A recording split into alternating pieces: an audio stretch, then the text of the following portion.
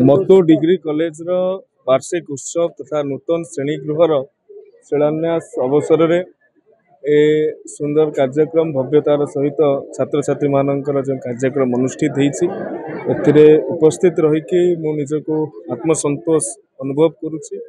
ये अनुष्ठान स्वप्न अच्छी संभावना अच्छी सरकारी सहयोग रे निश्चित भाव में ये सफलतार सहित सब कार्य संपादित हो पार ये आशा भी अच्छी।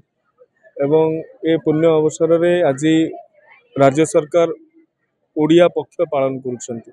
आज दिनटी बही प्रति समर्पित करा जायछि। बही पाई दिनटी ए बही पाई दिनटी अवसर में आमे छात्र छात्री माननकु बही उपहार स्वरूप अतिथि माने मध्य प्रदान करथिले एवं महाविद्यालय तरफ मध्य जो कृति छात्र छात्री माननकु मध्य प्रमाण पत्र सहित बही भी पुरस्कार रूप में दि जाइथिला।